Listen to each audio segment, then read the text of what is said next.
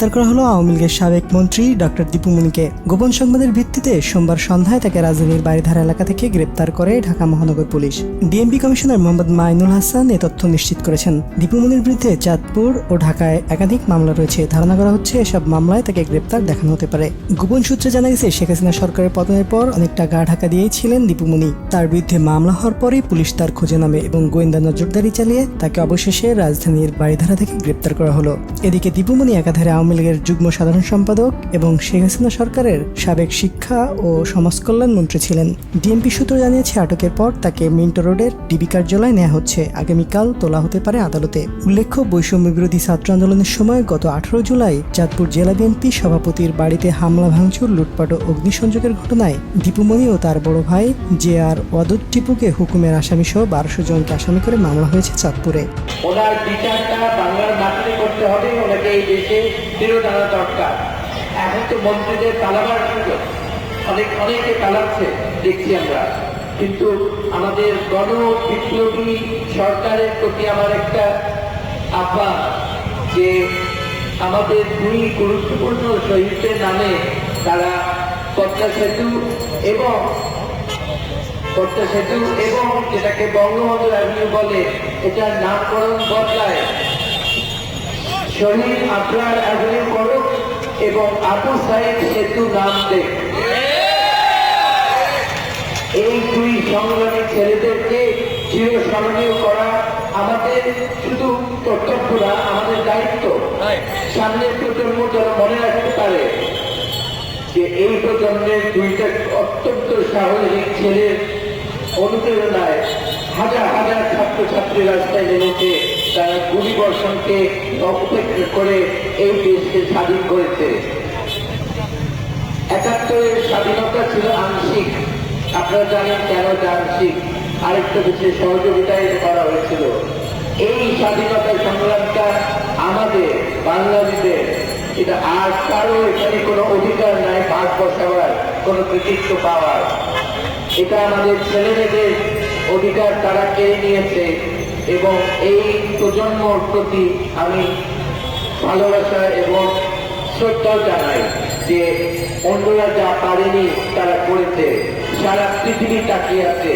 কেনিয়াতে এই ধরনের আন্দোলন হয়েছে ছাত্রছাত্রীদের, তারা বড় আন্দোলন করেছে। সরকারকে অনেক ব্যাপারে তারা সরকারের সিদ্ধান্ত পাল্টে ফেলেছে। কিন্তু বাংলাদেশের মতো একটা গণবিপ্লব করা আর কারো পক্ষে সম্ভব হয়নি অনেক বছর। এটা রাশিয়ান বিপ্লবের মতো, চাইনিজ বিপ্লবের মতো বড় বিপ্লব, এবং সারা পৃথিবী এখন এই বিপ্লবের প্রতিধ্বনি শুনতে পাচ্ছে। আমাদের বাঙালিরা তারা নিজেদের দেশকে আবার তারা মালিকানা ফেরত পেয়েছে। আপনারা সাহস নিয়ে থাকবেন এবং ইনশাল্লাহ ভালো কিছু হবে ভবিষ্যতে। আমি আমাদের গণবিপ্লবী সরকারের প্রতি আহ্বান জানাচ্ছি, তারা যেন এখন শক্ত হাতে আওয়ামী শত্রুদেরকে দমন করে। তারা চেষ্টা করছে একটা প্রতিবিপ্লব ঘটাতে, এটা যেন ঠেকানো হয়। আপনারা সবাই সচেতন থাকবেন। ধন্যবাদ। আমরা একটা দীর্ঘ ফাঁদের মধ্যে ছিলাম, যেই ফাঁদটা হলো আমাদেরকে বুলিয়ে ওড়াইছে উন্নয়ন উন্নয়ন উন্নয়ন। এখন আমরা তো দেখলাম যখন রূপপুর পারমাণবিক কেন্দ্রের বালিশ কাণ্ড ঘটলো, তখন সবাই বলল যে শেখ হাসিনা ভালো, কিন্তু কর্মকর্তা কর্মচারীরা চোর। কিন্তু আমরা কিন্তু রাজনৈতিক জায়গা থেকে বলছিলাম যে মায়ে চোর না হলে সাওয়াল চোর, মানে চোর হওয়ার কোনো সুযোগ নাই, মানে মায়েই চোর।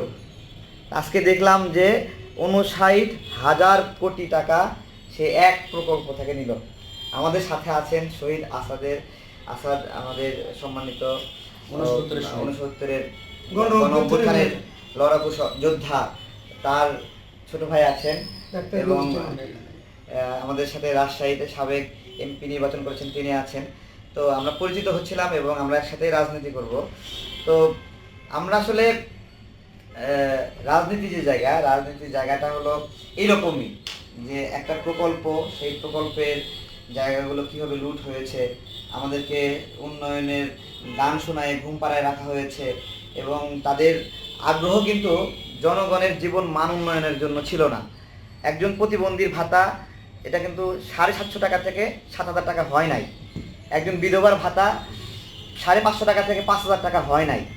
করা হয় নাই। তাদের শুধু আগ্রহে ছিল ডেভেলপমেন্ট ডেভেলপমেন্ট ডেভেলপমেন্ট, এবং ডেভেলপমেন্টের বিনিময়ে তারা গণতন্ত্রকে কিনতে চেয়েছিল।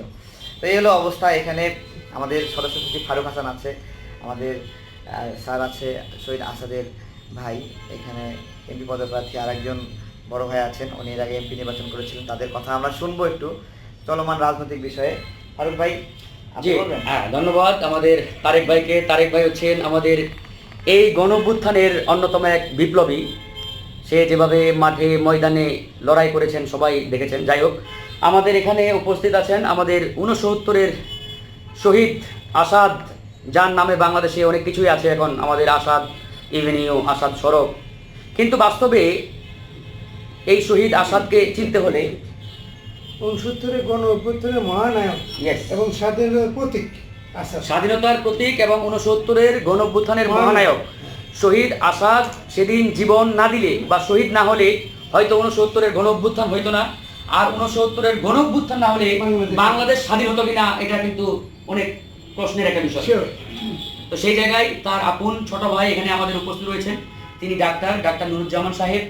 আমাদের এখানে রয়েছেন আমাদের কুমিল্লা জেলা গণ অধিকার পরিষদের সেক্রেটারি।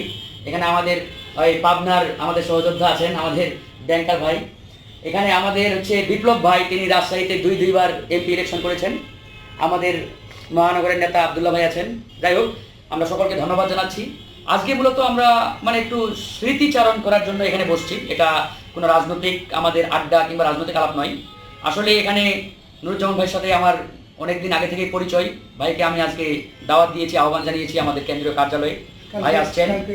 হ্যাঁ, গতকালকে আগামীকালকে ইনশাআল্লাহ, হ্যাঁ ওটা বলবো পরে। আমরা গতকালকে ঢাকা মেডিকেলে ছিলাম, যেহেতু উনি ঢাকা মেডিকেলের সেই 1972 সালের মানে ঢাকা মেডিকেলের ছাত্র ছিলেন দেশ স্বাধীনের ওই সময়ে। তা ঢাকা মেডিকেলের বর্তমান যারা প্রফেসর রয়েছেন, ডাক্তার রয়েছেন, সবই ওনার জুনিয়র ছাত্র। তো যাই হোক, তো 1900 আমরা কালকে ছিলাম। কোটা আন্দোলন থেকে গণঅভ্যুত্থানে যারা আহত হয়েছেন, যারা ঢাকা মেডিকেলে আছেন, আমরা তাদের জন্য সর্বাত্মক চেষ্টা করছি।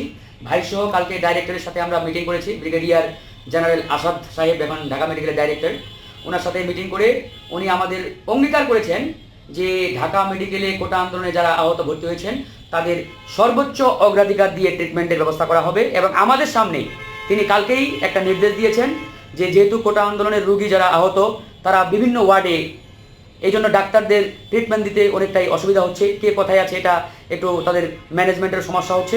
তাই ডাইরেক্টর জেনারেল কালকে বলেছেন যে কোটা আন্দোলনে আহতদের জন্য ওই বার্ন ইউনিট যে নতুন বিল্ডিংটা রয়েছে সেখানে 2টা ফ্লোর খালি করে শুধুমাত্র এই আন্দোলনে যারা আহত তাদেরকে ওখানে রাখতে বলেছেন।